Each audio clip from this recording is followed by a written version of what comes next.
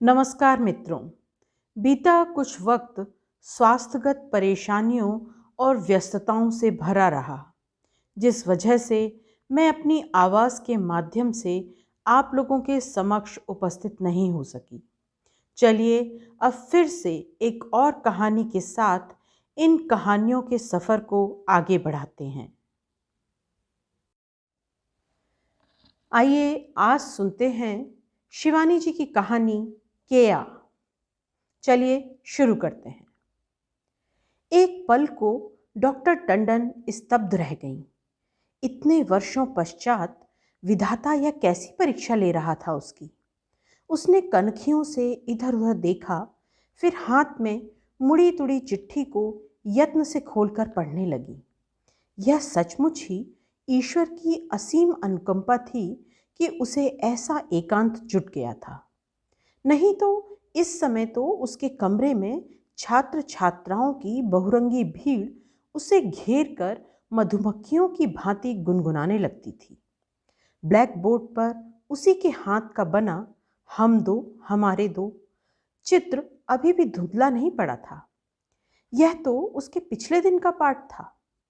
नित्य इसी समय वह 5th ईयर की क्लास लेती थी। तब क्या आज फिर कोई हड़ताल चल रही थी? कुछ ही दूर पर एक ताड़ सी लंबी नर्स एक स्टील के भगोने में ऑपरेशन के लिए औजार उबार रही थी। सहानुभूतिपूर्ण तरल दृष्टि से उसे देखकर डॉक्टर नंदिनी टंडन ने आंखें फेर ली। बेचारी लड़की, भाग्य अच्छा होता तो क्या इस समय यहाँ भगोने में औजार उबालती, अपने घर के चौके में ऐसे ही दाल उबालती। इसी नर्स की अस्वाभाविक लंबाई क्या स्वयं ही आकर्षक नहीं बन जाती? आप बेकार आई डॉक्टर, उसने एप्रन से हाथ पोंछकर कहा। आज हड़ताल हो गई है। मैं तो इमरजेंसी में थी, इसी से आना पड़ा। डॉक्टर मेनन का ऑपरेशन डे है ना आज? ओह, आश्वस्त होकर डॉक्टर टंडन उठ गई। अच्छा है आज उसका ऑपरेशन डे नहीं है, कहीं होता तो वह क्या करती। मन की जैसी अवस्था थी उसमें किसी दूसरे की दुखती रग पर क्या वह नश्तर धर पाती। आज तो यह निगोड़ी चिट्ठी स्वयं नश्तर बनी पल पल उसके कलेजे में धंसती जा रही थी। एक लंबी सांस उसके रंगे होठों को कपाती शून्य में विलीन हो गई। चिट्ठी अभी भी उसकी मुट्ठी में बंद थी। एक बार भी ठीक से वह उसे पढ़ नहीं पाई थी। पहले तो उसने पति की उपस्थिति में ही उसे खोल लिया था, फिर अचानक वह विस्मृत संबोधन उसे विष्ठर की भांति डस गया था। इस नाम से उसे पुकारने वाला तो एक ही व्यक्ति था। घबराकर उसने चिट्ठी उसी डाक से आई किसी मेडिकल फर्म की डायरी के बीच दबा दी थी। यह तो अच्छा था कि उसके शक्की पति का ध्यान उस समय अपने नाश्ते पर केंद्रस्थ था। यह कैसे डबल रोटी आ रही है जी आजकल, एकदम खट्टी। और यह कमबख्त कुबेर क्या स्क्रैम्बल बनाना अभी तक सीख नहीं पाया है? इससे तो मैं एरोड्रम में ही ब्रेकफास्ट ले लेता। ठीक भी तो है। वह बड़बड़ाता जा रहा था। नौकर भी क्या करे जब मालकिन को ही घर के मालिक की कोई चिंता नहीं है। हमारी डॉक्टरनी साहब को सड़ी बच्चेदानियां और ट्यूमर निकालने से इतनी भी फुर्सत नहीं मिल पाती कि महीने भर के लिए बाहर जा रहे मालिक के अंडे टोस्ट की ओर देख ले। आज तो शायद तुम्हारा ऑपरेशन डे नहीं था, इतना तो कर ही सकती थी। किंतु डॉक्टर नलिनी टंडन बिना किसी कैफियत दिए चुपचाप चाय पीती रही। कुर्सी ठेलता, प्लेट कांटे, चम्मच झमाझम इधर उधर पटकता उसका बौना बदसूरत पति नैपकिन से मुंह पोंछकर उठ गया था। मेरी ग्रे जर्सी रख दी है ना तुमने? उसने चलते चलते मुड़कर पूछा तो नलिनी को लगा उसकी दाईं आंख जैसे और भी भैंगी लग रही है।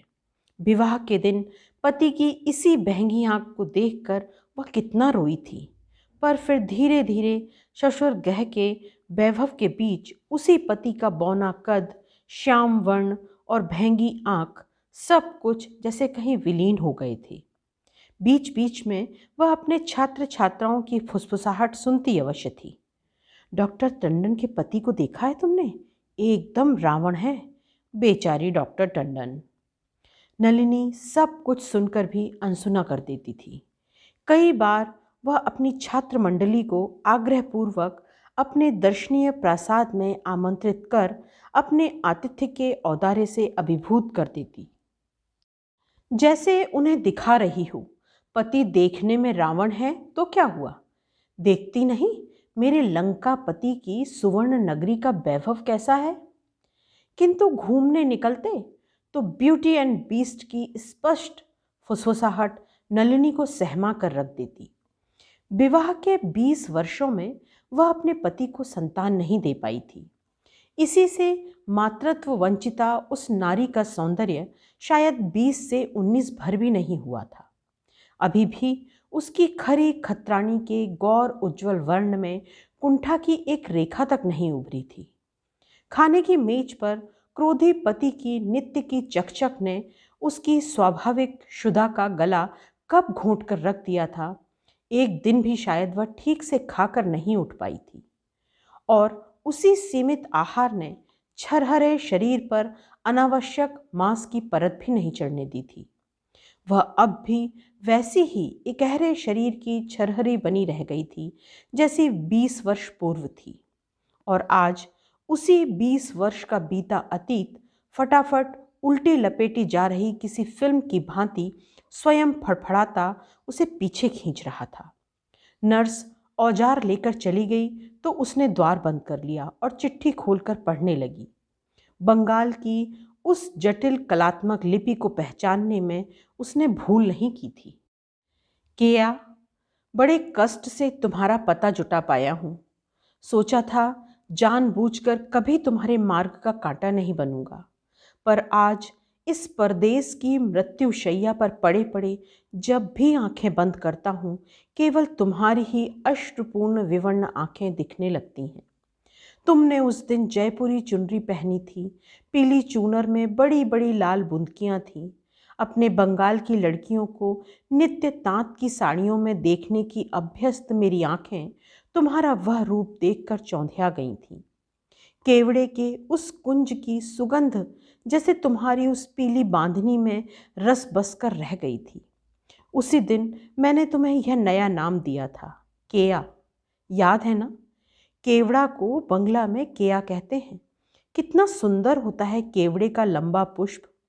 उसी पुष्प पर मैंने जेब से पेन निकालकर चंडीदास का पद लिखकर तुम्हें थमाया तो कर्ण मूल तक फैल गई तुम्हारी कुंवारी ब्रीड़ा का अबीरी रंग मुझे और उन्मत्त कर उठा था। केवड़े के स्निग्ध कलेवर पर लिखी गई वे पंक्तियां क्या मैं आज भी भूल सका हूँ? सोनार कटोरी कुछ युग गिरी कनक मंदिर लागे। मैं स्वयं डॉक्टर हूँ, इसी से छलनामयी मृत्यु के आह्वान को भी ठीक ठाक पहचान सकता हूँ। वह लाख पंजे दबाती बिल्ली किसी चाल से आए, पर वह आ रही है यह मैं निश्चित रूप से जान चुका हूँ। इसी से आज चलते चलते तारुण्य की विस्मृत सहचरी से अंतिम बार हाथ मिलाने को मेरी बाहें शून्य में फैली जा रही हैं। क्या एक बार मुझे देखने आ सकोगी? नीचे अपना स्पष्ट पता देकर उसने उसे चेतावनी भी दी थी। इस दरिद्र रुग्ण डॉक्टर का दारिद्र्य, उसके भयानक रोग की दुर्गंध तुम्हें कभी देहरी से ही डसकर न लौटा दे। इसी से करबद्ध प्रार्थना है केया, यदि तुम्हारे यहाँ पहुँचने तक मैं चेतना खो बैठा तो मेरी देहरी से ही मत लौट जाना। ओह, वह तो समझती थी कि हृदय का वह गहरा घाव कब का भर चुका है, पर आज चिट्ठी पढ़ते ही उसका कलेजा धड़कने लगा था, जैसे स्वयं देववर्मन उसके सम्मुख हंसता हुआ खड़ा हो गया हो। उसके किस रोग की दुर्गंध उसे डस सकती थी भला? उसकी देह की कस्तूरी मृग की सी सुगंध को वह अब भी आंखें बंद कर स्मृति के नथुने भींचते ही सूंघ सकती थी। उजला रंग, लड़कियों सी लजीली हंसी और लंबोतरा ऐसा चिकना चुपड़ा चेहरा जिसे देखकर लगता था उस पर कभी दाढ़ी मूछ उगेगी ही नहीं।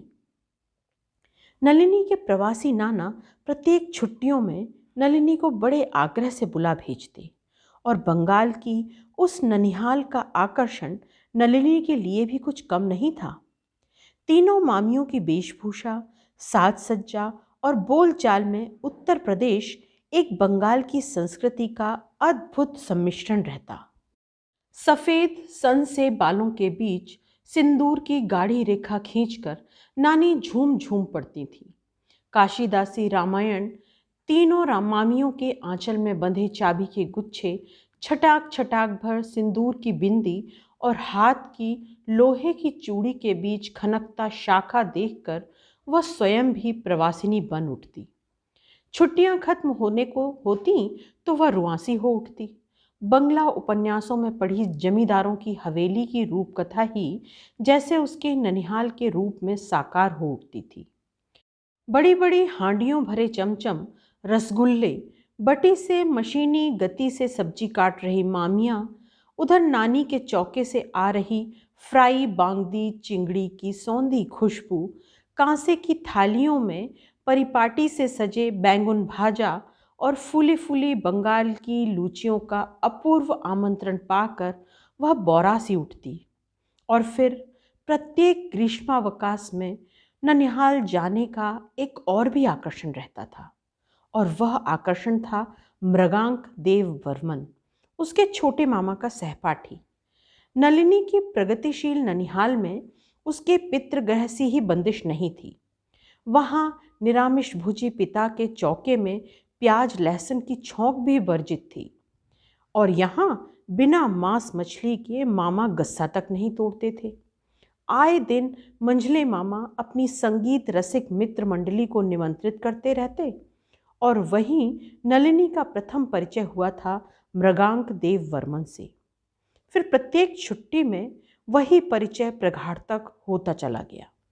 बंगाल के न जाने कितने वेणुवन, घाट, पोखर, भग्न मंदिरों के गूढ़ मंडप वह छोटे मामा के इसी मित्र की साइकिल के पीछे बैठ बैठ कर घूम आई थी।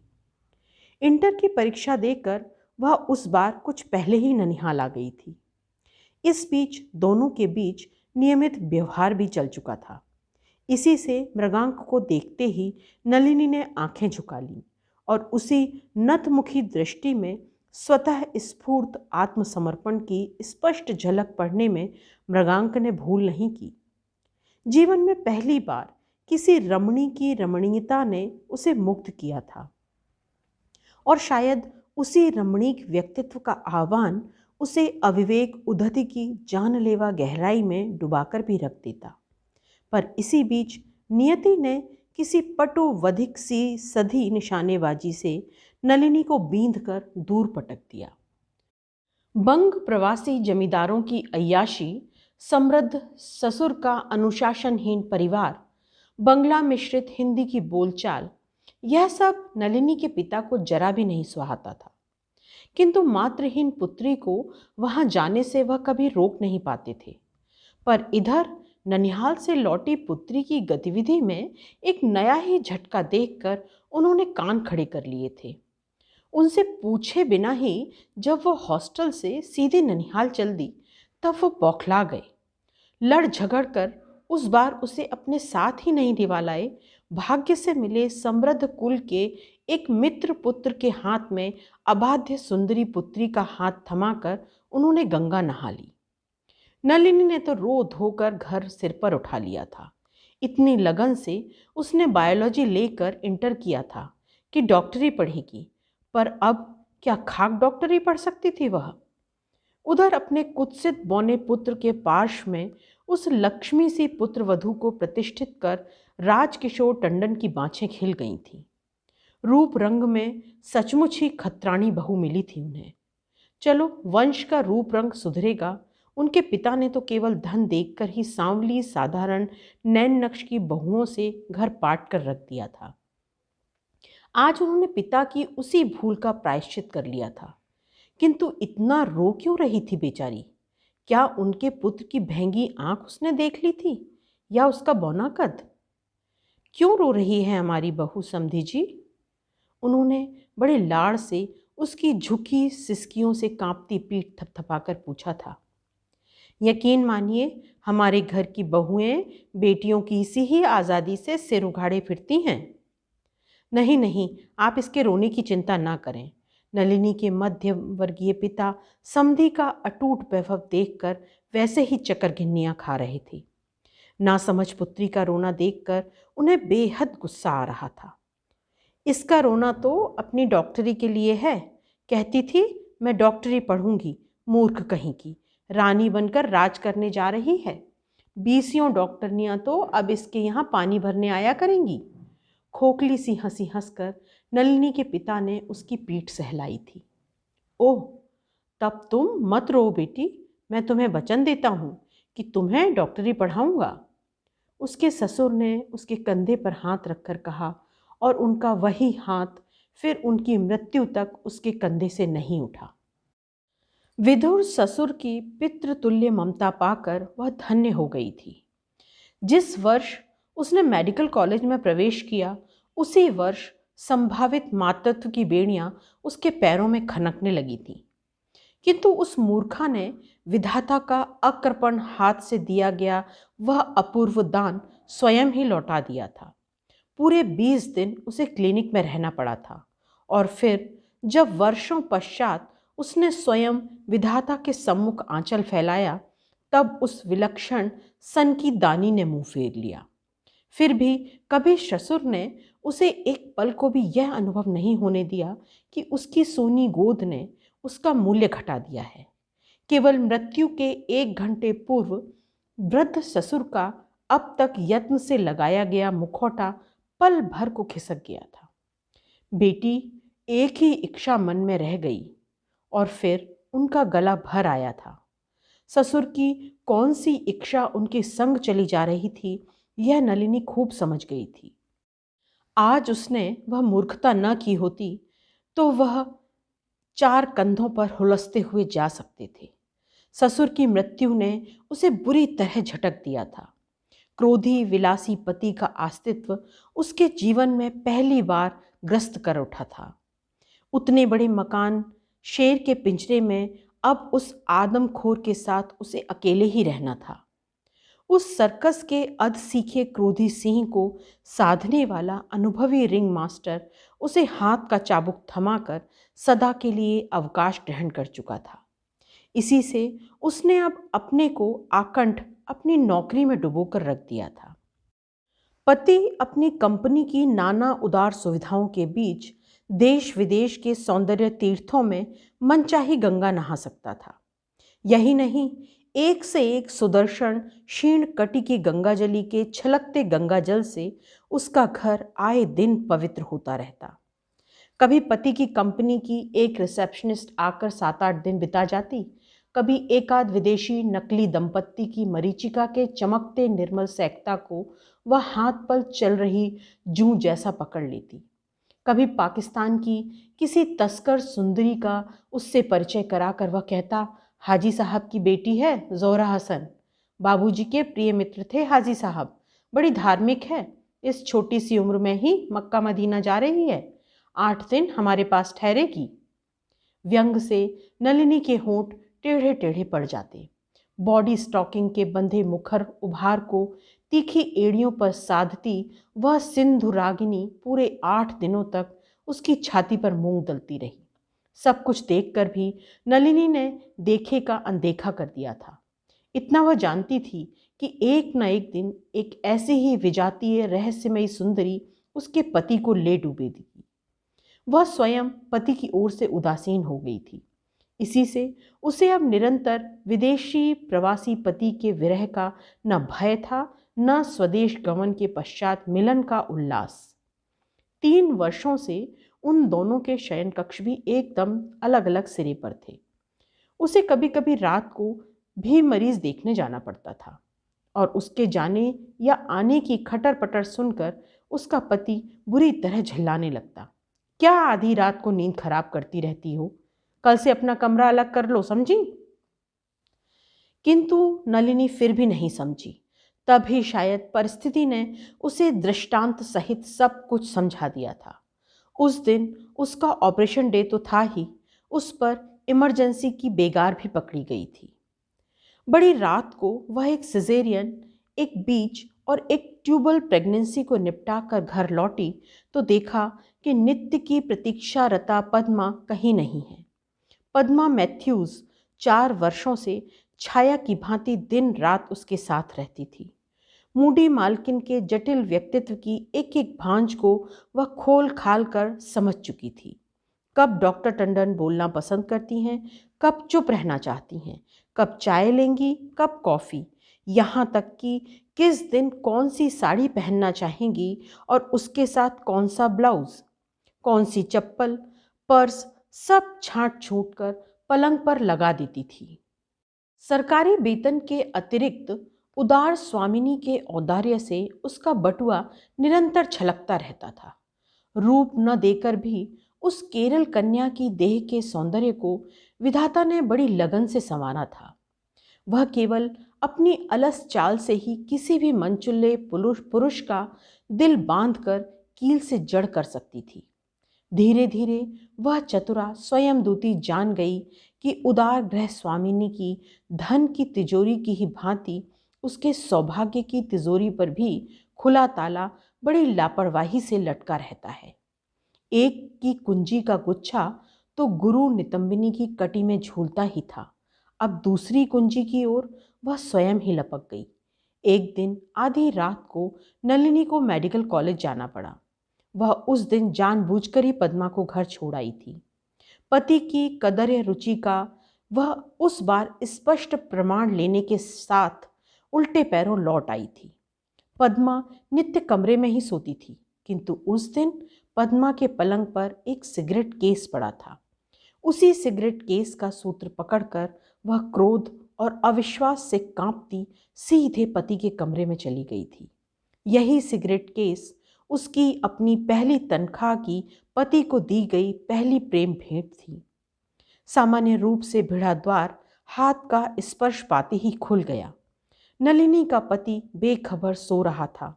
उसकी काली भुजंग सी बाह पर सिर धरकर लेटी थी पद्मा मैथ्यूज। नलिनी को अचानक कमरे में देखकर वह हड़बड़ाकर उठ गई और फिर कुछ ऐसा हुआ जिसके लिए नलिनी प्रस्तुत नहीं थी। पद्मा सिर झुकाए रोने लगी। नलिनी ने आज तक उसे कभी रोते हुए नहीं देखा था। बड़ी बड़ी आंसू की बूंदें उसके बंधनहीन वक्ष के लुभावने उभार को भिगोने लगी थी। जाओ पद्मा, सो जाओ। अपना बिस्तर तुम गोल कमरे में लगा लो। मैं बेहद थकी हूँ, आज अकेली ही सोना चाहती हूँ। नलिनी का कंठस्वर कठोर न होकर भी गोलियां सा दाग रहा था। आंखें पोंछती पद्मा बाहर चली गई। एक क्षण को नलिनी अपना मानसिक संतुलन खो बैठी। सोए पति को झकझोरने उसकी बाह आगे बढ़ी, फिर उसने बाह स्वयं ही पीछे खींच ली और तेजी से बाहर निकल आई। दूसरे ही दिन अपने निष्कासन के लिए अपने को स्वयं ही प्रस्तुत कर पद्मा ने अपना बोरिया बिस्तर लपेट लिया था, किंतु नित्य की भांति वह चाय की ट्रे लेकर नलिनी के कमरे में गई तो अपनी विलक्षण स्वामिनी को देखकर अवाक रह गई। नित्य के ही सौम्य स्मित से नलिनी ने उसका स्वागत किया। न डांट, न डपट, न सुंदर चेहरे पर एक शिकन। फिर भी पद्मा सिर से पैर तक कांप रही थी। नलिनी ने एक शब्द भी नहीं कहा, किंतु उन शांत झील सी आंखों की आदर्शी लपटों ने पद्मा को झुलसा कर रख दिया था। एक नारी दूसरी नारी को इससे बड़ी सजा और दे भी क्या सकती थी। नलिनी ने अपने पति से एक शब्द भी नहीं कहा। ठीक भी तो था, उसके पति की रुचि का क्या एक ही पद्मा तक सीमित थी? चाहने पर भी वह क्या अपनी असंख्य सौतों से जूझ सकती थी? रो धोकर, चीख चिल्लाकर, सीन क्रिएट कर क्या लाभ? छलकते दूध के गिलास में मक्खी गिरती देख वह स्वयं यदि नहीं पी सकती तो उसे फेंक ही क्यों दे? जब कोई मक्खी निकालकर उस दूध को पीना चाहती है तो उसका क्या बनता बिगड़ता था। पति से उसकी सामान्य बोलचाल और भी कम हो गई और फिर दाम्पत्य जीवन के उस घुटन भरे वातावरण से विधाता ने उसे स्वयं ही क्षणिक मुक्ति दिला दी। पति को विदेश जाना पड़ा और भाग्य ने शायद विस्मृत उसके प्रेमी के आह्वान के साथ गुप्त मंत्रणा कर मुंबई बुला लिया। अपनी उसी यात्रा के बीच वह मार्ग के उस अपरिचित स्टेशन पर निश्चिंत होकर उतर सकती थी। उतनी दूर न उसे आत्मीय स्वजनों की संधानी दृष्टि का घेरा बांध सकता था, न क्रोधी शक्की पति का। और यदि कोई मिल भी गया तो वह यह कहकर उसे घिस्सा दे सकती थी कि वह अपने ननिहाल के पूर्व परिचित फैमिली डॉक्टर को देखने निकल पड़ी है। अस्पताल से थकी मांदी वह अपने कमरे में लौटी और द्वार बंद कर अपनी धवल शैया पर पसर गई। इसी एकांत के लिए तो वह दिन भर छटपटाती रही थी। बटुए से निकालकर एक बार फिर उसने पत्र पढ़ा और आंखें मूंद लीं। अद्धी के कुर्ते की ढीली बाहों के विस्तृत घेरे ने उसे फिर बांध लिया।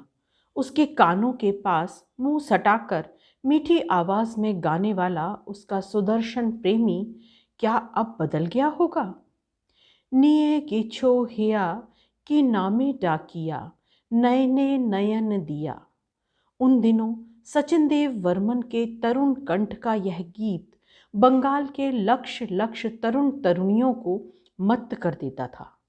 कहते थे कि जब वह कहीं इसे गाते, मुग्ध स्त्रियां हाथ की शाखा चूड़ियां निकाल निकाल कर उन पर न्यौछावर कर देती थीं। और जब उसी गीत को अविकल वैसे ही सुमधुर कंठ से दोहराकर उसके प्रणयी ने उसे बाहों में घेर लिया, तो उसने बंगाल की साधवाओं की शाखा से भी अधिक मूल्यवान वस्तु उस सुकंठी गायक पर न्यौछावर कर दी थी। खजूर के एक दूसरे से लिपटे दो मिथुन वृक्षों के पीछे डूब रहे सूर्य ने उस लोहित वर्णी संध्या को किसी अनुभवी रंगमंच संचालक की दक्षता से ही अबीरी बनाकर छोड़ दिया था। केवड़े के उस सुवासित झुरमुट के पास ही लाल मिट्टी की चट्टान पर बैठी उस विजातीय भुवन मोहिनी षोडशी के देव दुर्लभ सौंदर्य को देखकर मृगांक देव वर्मन पागल हो गया था। ऐसा रंग क्या बंगाल में दिया लेकर खोजने पर भी कहीं मिल सकता था? न जाने कितनी देर तक दोनों एक दूसरे की बाहों में खोए बिना एक शब्द बोले बैठे ही रह गए। फिर हड़बड़ाकर नलिनी ही पहले उठी थी। बाप रे बाप, नानी क्या कहेंगी? इतनी देर हो गई, वह भी इस केया वन में। यहाँ तो सुना है कि एक एक पेड़ पर केवटे के सांप लिपटे रहते हैं। तभी उसने कहा था, अपनी नानी से कहना नलिन, आज एक भयानक केवटे का सांप उसकी सुंदरी नातिन को भी डस गया है और उसका विष अब संसार का कोई ओझा नहीं उतार सकता। क्यों, है ना? उसे फिर खींचकर मृगांक ने उसी चट्टान पर बिठा दिया और ना जाने कब तक वह पीन भुजदंडों के बीच आंखें बंद किए कांपती खड़ी रही थी। फिर स्वयं मृगांक ने ही उसे बड़े यत्न से बाहों का सहारा देकर खड़ी कर दिया था। चलो नलिन, घर चलें, उसने कहा तो नलिनी के पैर कांपने लगे थे। उसे लगा कि वह गिर पड़ेगी। कैसी नादानी कर बैठी थी वह। कहीं कुछ हो गया तब? नानी, तीनों मामियाँ, मामा उसका चेहरा देखकर ही क्या नहीं समझ जाएंगे? अंगारे से दहकते गालों के उस गुलाबी रंग को क्या वह छुरी से छीलने पर भी छुटा पाएगी? किंतु घर पहुंची तो नानी, मामियाँ, मामा सब अचानक सर्पदंश से हो गई प्रतिवेशी किशोर की आकस्मिक मृत्यु का समाचार पा मोटर लेकर चले गए थे। बूढ़ा चौकीदार द्वार पर ऊँघ रहा था। देखो नलिन, ईश्वर कितना समझदार है। अब तुम ही बताओ, इतनी बड़ी कोठी में भला एक सुंदरी कुंवारी लड़की को मैं अकेले छोड़कर कैसे जा सकता हूँ? आखिर मित्र परिवार के प्रति मेरा भी तो कुछ कर्तव्य है। उसका धृष्ट दुस्साहसी प्रेमी एक बार फिर उसके कांपते अधरों पर झुक गया था। पर दुख कातर मामा, नानी और मामियाँ आंचलों की चाबियों के गुच्छे खनकाती लौटीं तो उनके शोक विवल चेहरों पर किसी प्रकार की जिज्ञासा नहीं उभरी। न किसी ने उससे यह पूछा कि वह कहाँ गई थी और न किसी को यह जानने की ही उत्सुकता थी कि वह इतनी देर कहाँ से लौटी। उल्टे नानी मृगांक को देखकर आश्वस्त ही हुई थी। ठीक किया बेटा, तुम रुक गए। बेचारी लड़की इतनी बड़ी कोठरी में अकेली घबराती। नानी का यही अविवेकी औदार्य शायद उसे ले डूबता, पर इसी बीच पिता उसे पंजे से दबोच कर उठा ले गए थे। ट्रेन की खिड़की से सिर बाहर निकाले वह आंखें पोंछती तेजी से पीछे छूटे जा रहे पंजाब के सुरम्य घाट, पोखर और ताड़ के वृक्षों को देखती रही थी। झाड़ियों के बीच यत्न से संजोई केवड़े की वह कोमल पत्ती ही उसके संक्षिप्त प्रेम प्रकरण के फटे पृष्ठ सी फड़फड़ा रही थी। दोनों ओर आरी के दांत से नन्हे नन्हे कांटों के बीच लिखी गई उन पंक्तियों को वह जितनी ही बार पढ़ती उतनी ही बार उसकी आंखें आंसुओं से धुंधली हो जाती थी। समय के साथ साथ जब वही कोमल पत्ती सूख कर खंजर सी तीखी हो गई, हाथ में लेते ही उसकी कटारी सी तीक्ष्ण धार चुभने लगी थी।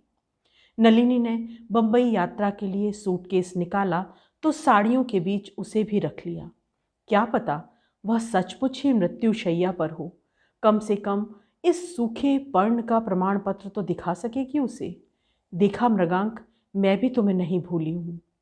चलने से पहले वह बड़ी देर तक अपना प्रतिबिंब देखती रही थी। उफ, इधर कैसा चेहरा हो गया था उसका, एकदम सूख कर काट। पद्मा कांड ने उसे इधर भीतर भी झकझोर दिया था। सौत तो आटे चून की भी बुरी होती है, फिर यह तो जीती जागती सौत दिन रात उसकी छाती पर मूंग दले जा रही थी। पतली नाक पर उसने पफ फेरा, स्वयं आश्वस्त हो उठी। यह अब भी निस्संदेह उसका सर्वोत्तम नक्श था, किंतु शरीर की लुनाई को भी क्या वह सहयोज कर रख पाई थी? क्रोधी कामी हृदयहीन पति ने क्या उसके यौवन का मधुपात्र किसी वैम्पायर की भांति सोख नहीं लिया था? उसके चेहरे का अब एक ठूंठ सा अवशिष्ट रह गया था। चेहरे की बची खुची श्री उसके मरीजों ने हर ली थी, और उसका जो भी शेप था वह कुंठित मैट्रन नर्सों ने, लड़ती अस्पताल की जमादारिनों, छोकरे डॉक्टरों और अधूरी डॉक्टरनियों के नित्य नवीन प्रणय प्रसंगों में चाट चूट कर रिक्त कर दिया था। वह हॉस्टल सुपरिटेंडेंट भी तो थी, किंतु बनने संवरने पर अब भी डॉक्टर नलिनी टंडन राह चलते लोगों की दृष्टि को अनायास ही बांध सकती थी। वह उस भाग्यवती गत यौवनाओं में से थी जिनका यौवन आते जाते भी उनका आंचल पकड़कर ठिठक जाता है। आज उसका वही कालजयी सौंदर्य उसे आश्वस्त कर उठा। ट्रेन चली तो उसने अपना हल्का फुल्का सूटकेस किनारे खिसकाकर पैर फैला लिए। कानपुर तक वह अकेली ही रहेगी, यह जानकर उसे प्रसन्नता ही हुई। न जाने कितनी बार उसने बटुए से निकाल निकाल कर विस्मृत प्रेमी के पत्र को पढ़ा। कानपुर आया और अपनी रिजर्वेशन स्लिप ढूंढती उसकी सहयात्रिणी अपनी 2 पुत्रियों और चुलबुले पुत्र को लेकर आंधी से डिब्बे में घुस आई। साथ ही कनस्तर, विदेशी बिल्ले, उसके चिपके बदरंग अधीर सूटकेस, विराटकाय लंबोदर होल्डॉल से कमरा खचाखच भर गया। एक क्षण में नया झकाझक चमकता कंपार्टमेंट अस्तबल बनाकर रख दिया था उस परिवार ने। नलिन के मन की जैसी शत विक्षत अवस्था थी, उसमें ऐसे बहुरूपी परिवार के लंबे सानिध्य की कल्पना उसे सहमा गई। वह स्वयं स्वभाव से ही सुघड़ थी। अव्यवस्था देखकर उसका तन बदन सुलग उठता था, चाहे घर हो या अस्पताल। वह धूल की सामान्य परत या कागज का इधर उधर बिखरा एक छोटा टुकड़ा भी नहीं देख सकती थी। किंतु अचानक डिब्बे में घुस आई उस लापरवाह महिला को इधर उधर फैले अपने सामान की कोई चिंता नहीं थी। बच्चों को बैठाकर उसने उन्हें 3 केले थमा दिए और स्वयं नीचे उतरकर स्टेशन छोड़ने आई अपनी माँ को धारा प्रवाह पंजाबी में डांट डपट कर समझाने लगी थी। गाड़ी वहाँ अब और कुछ मिनट रुकेगी सुनकर वह और भी तेजी से बोलने लगी थी। ऐसे काम नहीं चलेगा बीब जी, तुम जितना दबोगी तीनों भाई तुम्हें उतना ही दबाएंगे, समझी? तुम कोई भीख नहीं मांग रही हो, अपना हिस्सा मांग रही हो। माँ निशब्द खड़ी रोती चली जा रही थी।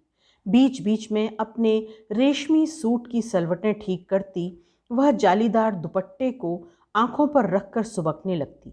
गाड़ी ने सीटी दे दी थी और पुरुष यात्री भी धीमी गति से स्टेशन छोड़ रही गाड़ी पर चढ़ने लगे थे। पर वह मर्दानी औरत अब भी अपनी माँ को दुनियादारी की बारह खड़ी रटा रही थी। मम्मी मम्मी, गाड़ी चलती है, जल्दी चढ़ जाओ। उसके तीनों बच्चे घोंसले से चोंच निकाले चिड़ियों के बच्चे से चहकने लगे, पर वह बड़े धैर्य से माँ की पीठ सहलाकर चलती गाड़ी में एक छलांग लगाकर चढ़ गई। लगता था उसे ऐसी चलती गाड़ी में चढ़ने का अभ्यास है। आप भी क्या बंबई जा रही हैं बहन जी? उसने हंसकर पूछा।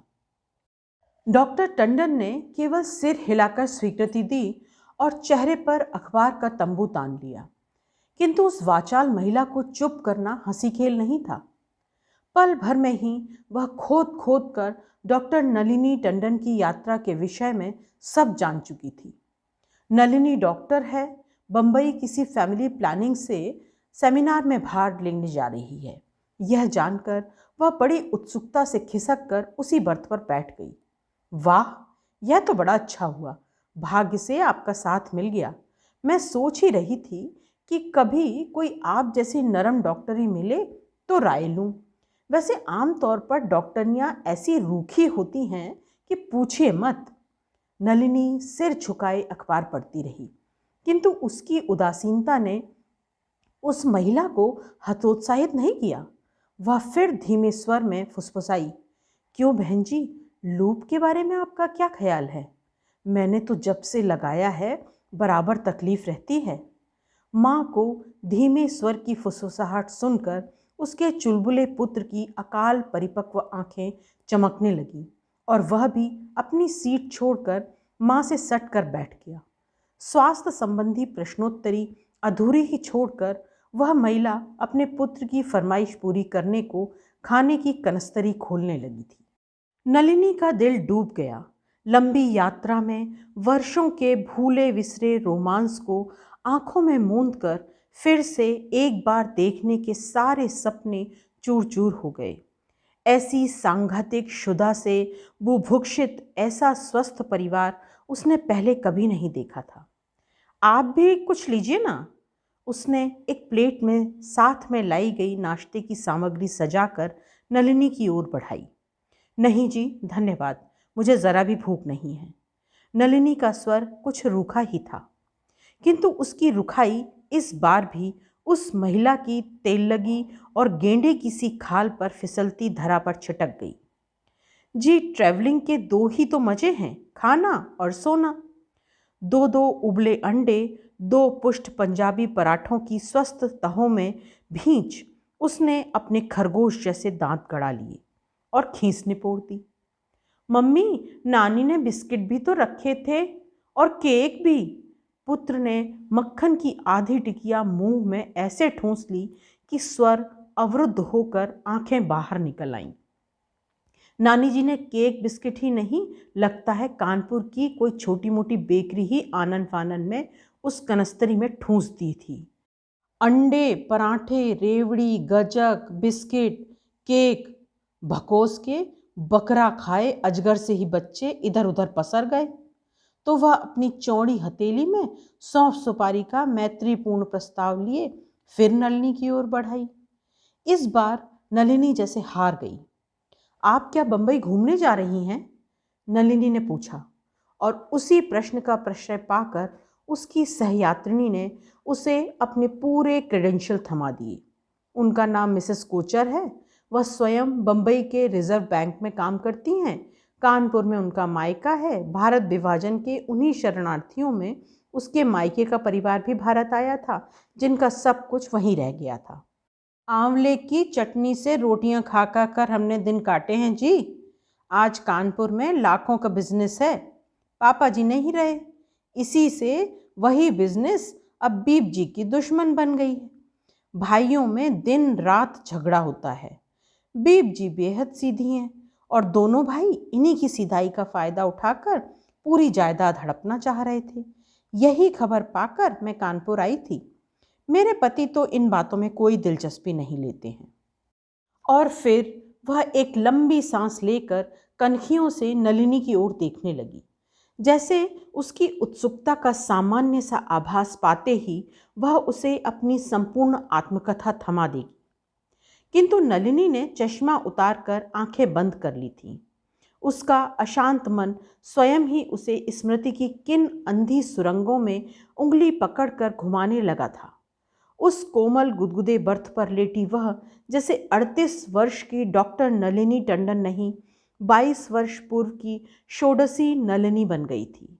विपन्न स्मृति तीव्र गति से घुर्नियाँ बजाती उसे नैहाटी, राजघाट, कृष्णनगर छोड़ती बरहमपुर लिए जा रही थी, जहां ननिहाल की विक्टोरिया में गाड़ीवान नूर अली के पार्श्व में बैठे छोटे मामा और छोटे मामा से सट कर बैठा मृगांक बार बार हाथ नीचे लटकाकर उसकी हिलती वेणी को खींच ले जाता था।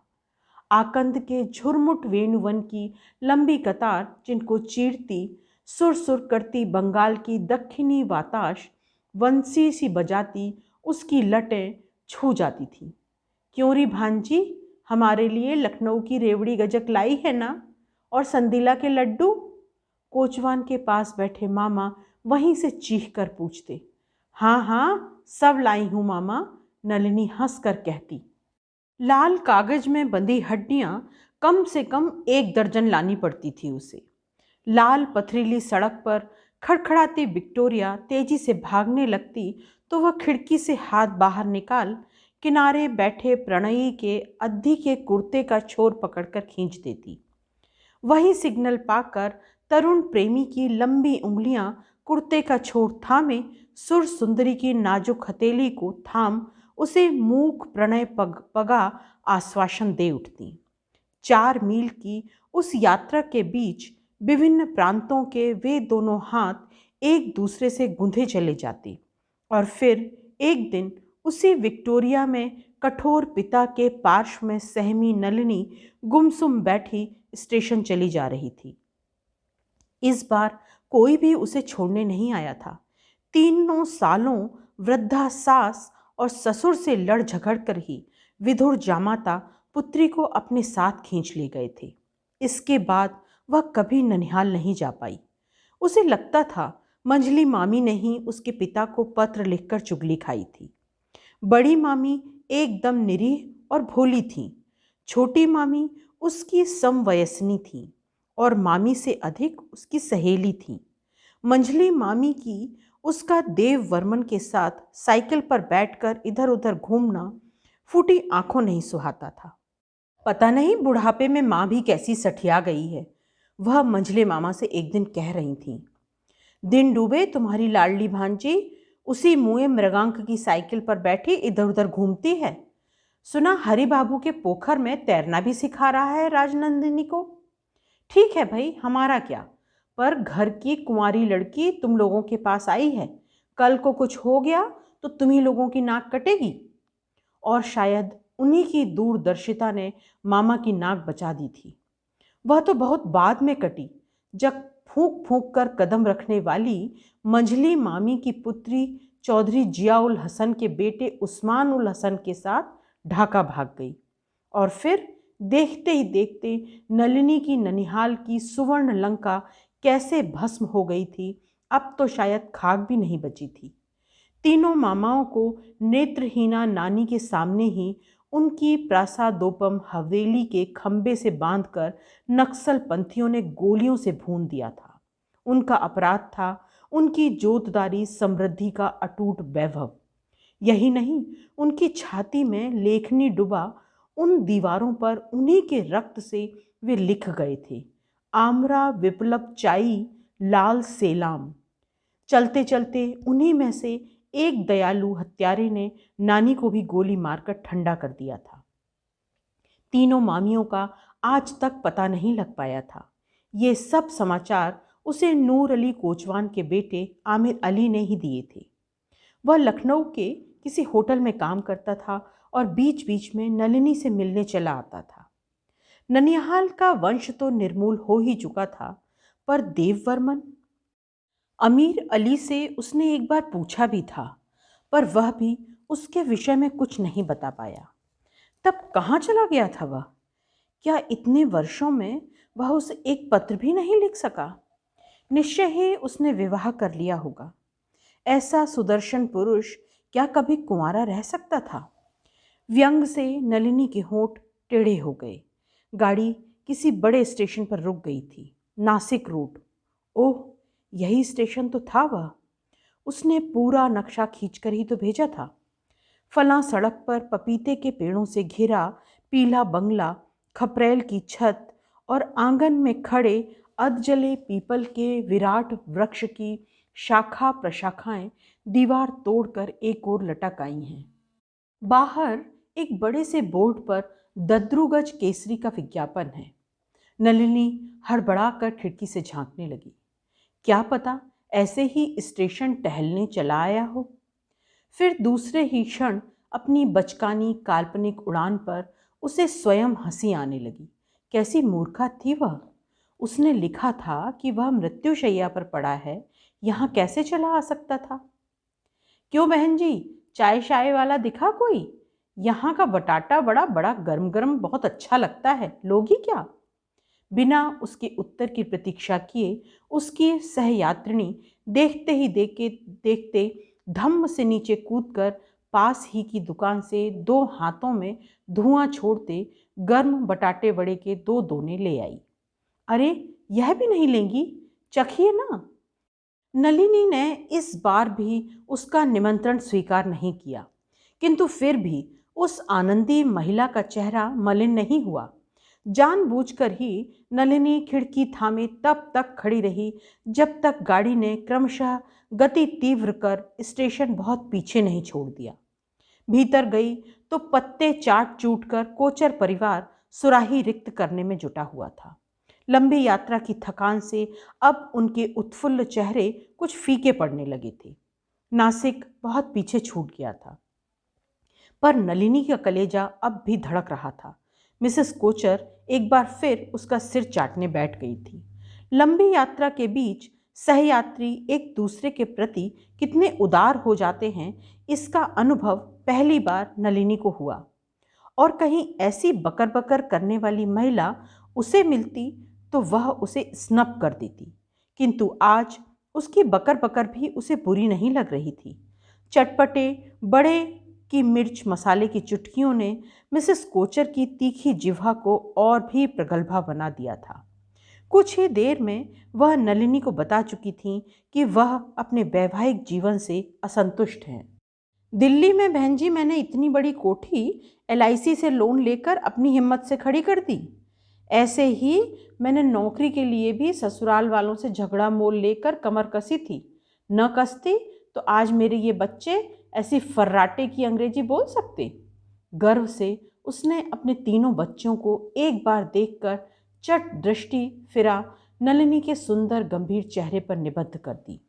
जितनी बार नौकरी के लिए इनसे कहती, ये भड़क जाते, कहते हमारे घर के मर्द औरतों की कमाई पर नहीं पलते। पर मैंने इनके घर की औरतों का पालन देख लिया था जी। मैंने एक दिन चुपचाप अप्लाई कर दिया। क्वालिफिकेशन भी तो मेरी ऐसी वैसी नहीं थी। इकोनॉमिक्स में MA में फर्स्ट क्लास थी। चट से इंटरव्यू के लिए बुला ली गई और पट से छांट भी गई। मैंने सोचा अब ज़रूर हंगामा होगा, पर ये दफ्तर के लिए तैयार हुए तो बोले तुम भी तैयार हो जाओ, तुम्हें भी तुम्हारे दफ्तर छोड़ दूंगा। मैंने तो ये देखा है बहन जी कि वह अपना अनुभूत नुस्खा नलिनी को थमाती तकिया ऊंचा करके बैठ गई। मर्दों से किसी मनचाही बात के लिए लाख गिड़गिड़ा कर मिन्नतें कर लो, कभी सीधे मुंह से हाँ नहीं करेंगे। अगर हिम्मत करके अपनी मनचाही कर लो तो खुद ठंडे पड़ जाएंगे। अब 10 साल से ठाठ से नौकरी कर रही हूँ।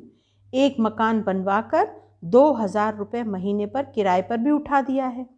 एक फ्लैट बम्बई में ले लिया है। बच्चे अच्छे अंग्रेजी स्कूलों में आला तालीम पा रहे हैं। अपना शौक अपने पैसों से पूरा करती हूँ। पर दुख की एक ही बात है बहन जी, मर्द की जात ही मतलबी होती है। मतलब साधा और पीठ फेर ली। अब इतनी बड़ी कोठी बनवाने में मैंने कौन कौन से दुख नहीं झेले। फरेबी ठेकेदार ने झूठे दस्तखत का जाल बिछा मेरी मिट्टी पलीत कराने में कोई कसर नहीं छोड़ी थी। 2000 मजदूरों का घेराव करा मेरे नारे लगवा दिए थे मुए ने, सुशीला देवी मुर्दाबाद। उधर उसी रात की गाड़ी से मेरा बम्बई का रिजर्वेशन हो चुका था, पर मैंने भी हिम्मत नहीं हारी। बच्चों का हाथ पकड़ा और पिछवाड़े के दरवाजे में ताला मारकर बाहर निकल गई। 2 कदम पर एक विदेशी राजदूत की कोठी थी, वहीं घुस गई। भाग्य से वह राजदूत अपने लॉन में ही टहल रहा था। मुझे देखा तो चट से बढ़ आया। मेरे चेहरे पर हवाइयाँ उड़ रही थीं। मेरी कहानी सुनी तो बच्चों के साथ मुझे भीतर ले गया। वहीं से फ़ोन कर मिनटों में पुलिस का घेरा डलवा दिया। यही नहीं, हमें अपने साथ डिनर खिलाकर खुद स्टेशन पहुंचा गया। एक हमारे हिंदुस्तानी पड़ोसी भी थे, जिन्होंने नारे सुने तो खिड़कियां दरवाजे बंद कर दरारों से तमाशा देखने लगे। और यह एक अनजान विदेशी था, जिसने विपत्ति में हमारी बाह थाम ली। पर परायों को क्या दोष दूं बहन जी, यहाँ तो अपना सोना खोटा निकला। ऐसी ऐसी मुसीबतें झेलती घर पहुंची तो देखा मेरे पति आराम से चादर ताने सो रहे हैं। मैं बहुत कम रोती हूँ, पर उस दिन तो मैं इतना रोई कि मेरी हिचकियां बंध गईं। पति की उस अतीत की उदासीनता का स्मरण कर सहसा उसकी आंखें गीली हो आईं। चश्मा उतार कर वह आंख पोंछने लगी तो नलिनी ने देखा कि अब तक मोटे लेंस में छिपी वे बड़ी बड़ी आंखें सचमुच ही शरबती थीं और पलकें लंबी लंबी थीं। निश्चय ही वह यौवन काल में आकर्षक रही होगी। फिर वह चश्मा पोंछती हृदयहीन पति की और भी अंतरंग परतें उधेड़ने लगी। मुझे तो लगता है बहन जी, जैसे जैसे मर्द की उम्र बढ़ती है उसकी शौकीनियां भी बढ़ने लगती हैं। कभी कभी तो मैं तंग आ जाती हूँ। बच्चे सयाने हो गए हैं, फिर आप तो जानती हैं बम्बई के फ्लैट क्या 2-3 बेडरूम की सुविधा देते हैं। ले देकर एक ही बेडरूम है। वह और भी मुखरा बनी। शायद नलिनी को अपने वैवाहिक जीवन की प्रत्येक समस्या समझाने पर तुली जा रही थी कि उसका बड़ा लड़का धम्म से नीचे कूद आया। मम्मी, हम सुबह 6 बजे वाली बैटरी लेंगे, आपने बैरे से कह दिया है ना? और हमें अभी भी भूख लगी है। जब देखो तब मरे, भूख ही लगती रहती है। हाय, ये कोई वक्त है भूख का? चल सो जा ऊपर। पर उसके जिद्दी पुत्र ने स्वयं ही नानी जी की उदार कनस्तरी खोलकर बिस्किट का पैकेट निकाल लिया और बंदर जैसी फुर्ती से उचक कर ऊपर चढ़ गया। देख रही है ना, ये ही हाल लड़कियों का भी है। पता नहीं कैसा ज़माना आ गया है। बोर्डिंग में हम भी रही हैं बहन जी, पर मजाल है जो कभी वीना जी की आंख के इशारे के बिना उठी बैठी हूँ। एक चवन्नी खनकने में ही कलेजा दरकता था, और एक ये हैं नित्य नए कपड़े, वह भी ऐसे फकीरों की कंपनी से अल्लम गल्लम। किसकी चोटी किसका तेल। एक तो मुई मुंबई के सब स्कूलों में कोएट की भीड़ है, इसी से तो बच्चे बहक गए हैं। मैं इनकी उम्र की थी तो चोटी कूल्हों तक लटकती थी, और इन्हें देखिए एकदम हरिद्वार की जोगिनें बनी फिर रही हैं। उधर लड़कों के बाल देखिए तो कंधे तक अयाल लटकाए चले जा रहे हैं। आप तो डॉक्टर हैं, सच बताइए, आपको नहीं लगता कि आजकल के लड़के जनाने और लड़कियां मर्दानी बनी जा रही हैं? इस बार नलिनी हंसी नहीं रोक पाई थी, पर मिसेस कोचर को उसकी हंसी अच्छी नहीं लगी। आप हंस रही हैं, पर देख लीजिएगा वह दिन भी दूर नहीं जब ये मुँह लंडूरे साड़ियाँ पहने कूल्हे मटकाते इधर उधर डोलेंगे। मैं तो कहती हूँ आज जिसके बच्चे नहीं हैं वही सुखी है बहन जी। वह लंबी सांस खींचकर कहने लगी। मेरी बीप जी कहा करती थी कि औलाद ही कभी कभी माँ की हौलात बन जाती है। मुझे लगता है मैं भी बीप जी की तरह अपनी औलाद की हवालात में बंद होती जा रही हूँ। और फिर शायद नंदिनी की ओर से कोई हुंकारा ना पाकर अपनी पंजाबी संध्या गुनगुनाती पीठ फेर कर लेट गई। गाड़ी गहन अंधकार को भेदती धड़धड़ाती चली जा रही थी। गज भर की दूरी पर लेटी मिसेस कोचर के पार्श्व परिवर्तन को देखकर नलिनी समझ गई कि उसे नींद नहीं आ रही है। स्वार्थी पति की अन्यायपूर्ण उदासीनता जैसे दोनों को समान रूप से एक साथ डंक दे रही थी। कैसा आश्चर्य था कि जिसे कल तक नंदिनी जानती भी नहीं थी, वही उसे अपने जीवन की परम अंतरंग घटनाएं किस विश्वास से सुनाती चली गई थी। किंतु दोष क्या उसका था? एक तो लंबी यात्रा का एकांत, सहयात्रियों का कोठा बड़ी सहजता से मैत्री सूत्र में जकड़ लेता है। उस पर ये दोनों स्त्रियता थीं। सामान्य सा परिचय भी एकांत के साहचर्य में दो स्त्रियों को ऐसे ही घुल मिला देता है जैसे वे वर्षों की पूर्व परिचित हों। अपने हृदय के ये अंतरंग कक्ष की कुंजी फिर दूसरों को थमाने में नारी नहीं हिचकती। ऐसा निष्कपट आत्मनिवेदन कभी किसी पुरुष के लिए संभव नहीं होता। पुरुष क्या स्वभाव से ही सहज शंकालु नहीं होता? गहन मैत्री या पतिव्रता पत्नी का एकनिष्ठ प्रेम भी क्या उसे पूर्ण रूप से कभी आश्वस्त कर सका है? जहां प्रिय वाक्य प्रदान मात्र से ही किसी नारी का विश्वास प्राप्त किया जा सकता है, वहां पुरुष हृदय की गहराई सहज में ही नहीं नापी जा सकती। नारी के इसी स्वभाव दौर्बल्य का तो संसार आए दिन लाभ उठाता है। पास ही लेटी करवटें बदलती सहयात्रिणी की व्यथा सहसा नलिनी को स्वयं व्यथा बन गई थी। उसने कनखियों से देखने की चेष्टा की। मरियल सी रुग्ण ज्योत्सना अंधेरे कमरे को आलोकित कर गई थी। मिसेस कोचर दोनों हाथ छाती पर धरे गहरी नींद में डूब गई थी। लगता था हृदय का व्यथा पात्र नलिनी के सम्मुख रिक्त कर वह एकदम हल्की स्वप्नाकाश में विचरण करने लगी थी। काश वह भी अपनी व्यथा हल्की कर पाती, किंतु क्या ऐसा कर सकती थी वह? उसके स्वार्थी पति का अपराध क्या मिसेस कोचर के पति के अपराध से अधिक जघन्य था? पद्मा की कृतज्ञता किसी विष बुझे भाले की फाल की भांति आमूल उसके विदीर्ण बक्ष पर धंसी तिल तिल उसे घुला रही थी। उसे निकालते ही फव्वारे सी रक्तधार उसी क्षण उसके प्राण ले सकती थी।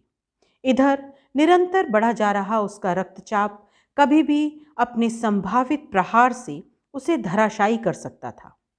अत्यधिक क्रोध, विषाद या उल्लास का अनियम किसी क्षण उसे स्ट्रोक का उपहार दे पंगु बनाकर छोड़ सकता था।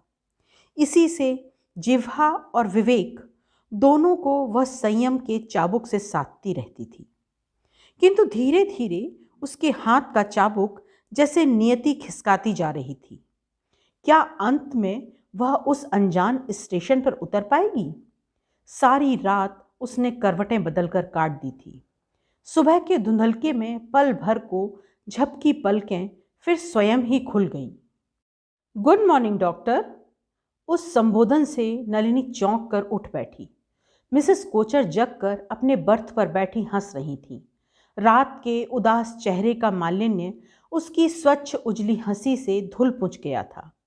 अच्छे जुलाब की तत्परता जैसे बदहजमी से धुंधले पड़े चेहरे की त्वचा को चिकनी बना देती है, ऐसे ही रात के कन्फेशन से मिसेस कोचर के प्रौढ़ चेहरे की त्वचा में एक कुंवारा निखार आ गया था। बस कुछ ही घंटों की बात है, वह कहने लगी। गाड़ी राइट टाइम पर पहुंची तो हम 1 घंटे में ही बीटी स्टेशन पहुंच जाएंगे। आपको कोई लेने आएगा क्या? नहीं तो हमारे साथ चलिए ना, कोई कष्ट नहीं होने देंगे हम आपको। वह फिर हंसी और नलिनी को पहली झलक में साधारण लगा वह चेहरा सहसा असाधारण रूप से आकर्षक लगने लगा। चलूं, ब्रश कर लूं, हाथ मुंह धो लूं, आप भी फारिग हो लीजिए बहन जी। नहीं तो ये कॉरिडोर वाले फर्स्ट क्लास के बाथरूम तो अब थर्ड क्लास से भी बदतर हो गए हैं। रेगुलर क्यू लगा रहता है। वह हाथ में साबुन तौलिया ले अपनी कोल्हापुरी चप्पल फटर फटर करती चली गई। ट्रेन किसी लंबी अंधेरी सुरंग से गुजर रही थी। पल भर का वह घटाटोप अंधकार नलिनी के तप्त ललाट पर यूडिकोलोन की सी ठंडी पट्टी रख गया। काश यह गाड़ी आज उसके साथ सदा के लिए किसी ऐसी अंधी सुरंग में खो जाती।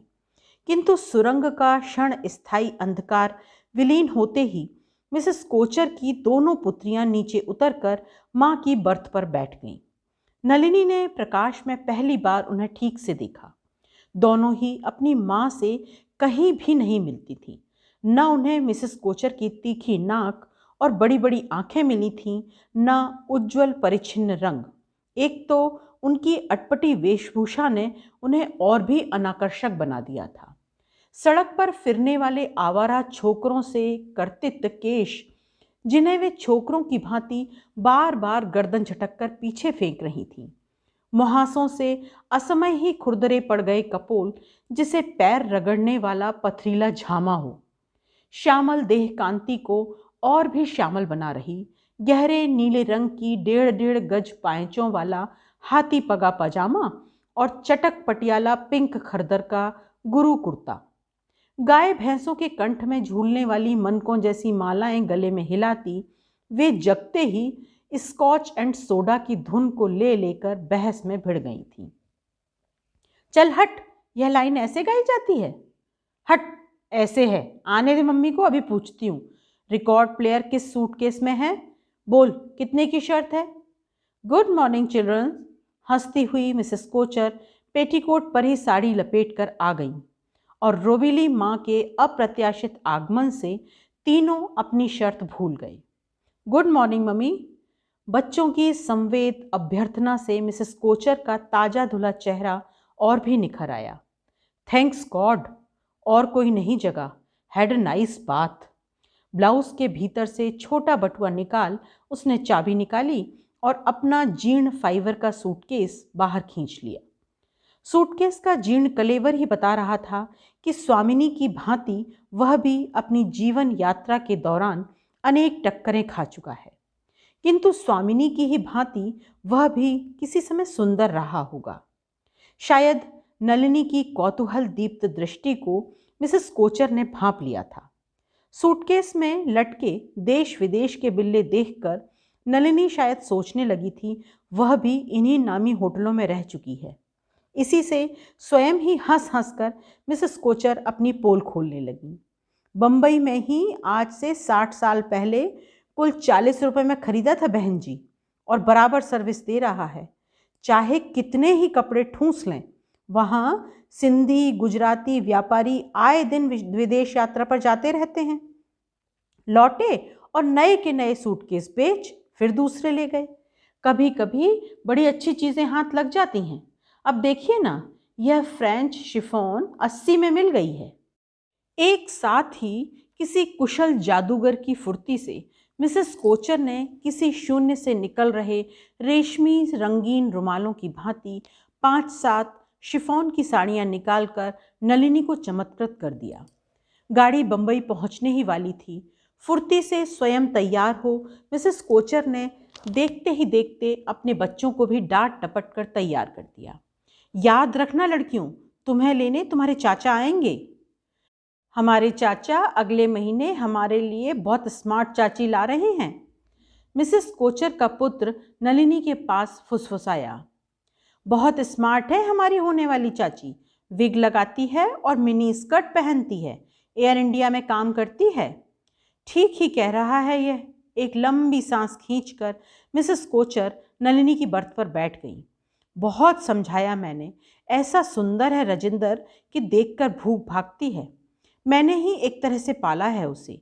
एक से एक सुंदर पंजाबी लड़कियों से हमारा बंबई समाज पटा पड़ा है, पर इस सिरफरे को यही लड़की पसंद आई। स्मार्ट ही स्मार्ट है बस। पर भाई यह भी कैसी स्मार्टनेस कि पेट कमर नंगी कर साड़ी कूल्हे पर टिका लो। हमने तो साफ कह दिया है भाई, जब तक शादी नहीं होगी शौक से हमारे साथ रहो, फिर अपनी नई बिरादरी में अपना तंबू गाड़ना। हमें तो अपनी बेटियां अपने ही समाज में ब्याहनी हैं। How can you say that mummy? उसकी बड़ी लड़की शैतानी से माँ की ओर देखकर मुस्कुराने लगी। मैं बताऊं? मिसेस कोचर का पुत्र उछल उछल कर चीखने लगा। इसका बॉयफ्रेंड भी दूसरा है ना दीदी? चल परे हट। मिसेस कोचर ने पुत्र को दूर धकेल दिया। अब आप ही बताइए बहन जी, कहीं मेरी लड़की की बारात आई और मेरी दौरानी नमाज पढ़ने बैठ गई तो मैं कौन सा मुंह दिखाऊंगी समधियाने में? हो कर हंसती दोहरी होती उसकी दोनों पुत्रियां एक दूसरे पर गिरी पड़ी जा रही थीं कि बंबई बंबई कहता उसका पुत्र आनंद से हाथ ताली देता नाचने लगा था। स्टेशन पर उन्हें लेने उनका सजीला देवर उपस्थित था। नलिनी को लेने सेमिनार का बिल्ला लगाए एक रोबीली पारसी डॉक्टरनी आई थी। 2 दिन की परिचिता मिसेस कोचर से नलिनी विदा लेने लगी तो उसने पल भर को नलिनी के मुंदे हाथ पकड़कर एकांत में खींच लिया। मुझे गलत मत समझ बैठना बहना, आप भी न जाने क्या सोच रही होंगी। रास्ते भर अपने पति की निंदा ही तो करती आई हूं, पर यकीन मानिए उसके अन्याय का कड़ा चाबुक भी मुझे कभी एक हिंदू नारी के आदर्श से डिगा नहीं पाया। इतना मैं जानती हूँ बहन। फिर वह हंस हंस कर कहने लगी कि हम स्त्रियों के लिए हमारा नाम ही सब कुछ है। इसी से हमें फूंक फूंक कर कदम रखना पड़ा है कि कभी किसी की उंगली ना उठे। नलिनी हतप्रभ सी खड़ी रह गई थी।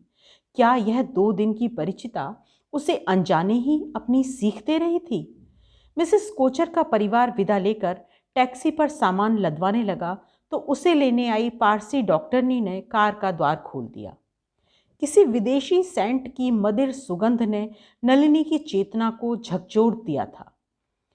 बंबई की जनसंकुल सड़कों पर उनकी कार सर्राटे से भाग रही थी। सेमिनार से तो उसे कल छुट्टी मिल जाएगी, फिर क्या वह बंबई घूमना चाहेगी? पारसी युवती ने बड़े उत्साह से पूछा। मैं आपको पूरा बंबई घुमा दूंगी। बंबई का ओर छोर मेरा जाना पहचाना है। नहीं, स्वयं अपना ही कंठस्वर नलिनी को अनजाना सा लग उठा। मेरे एक मित्र मृत्युशैया पर मेरी प्रतीक्षा कर रहे हैं। I must go to him. Oh, I am so sorry. उस मेजबान का स्वर अत्यंत नम्र होता अवरोह में उतर आया। आपने रिजर्वेशन करा लिया है क्या डॉक्टर टंडन? यहाँ सहज में ही रिजर्वेशन मिलता नहीं है। देख लेंगे, खड़ी खड़ी ही निकल जाऊंगी। खड़ी होने की जगह तो मिल जाएगी। जिस यात्रा में उसे जाना था, रिजर्वेशन स्लिप भुलाकर जाना ही श्रेयस्कर था।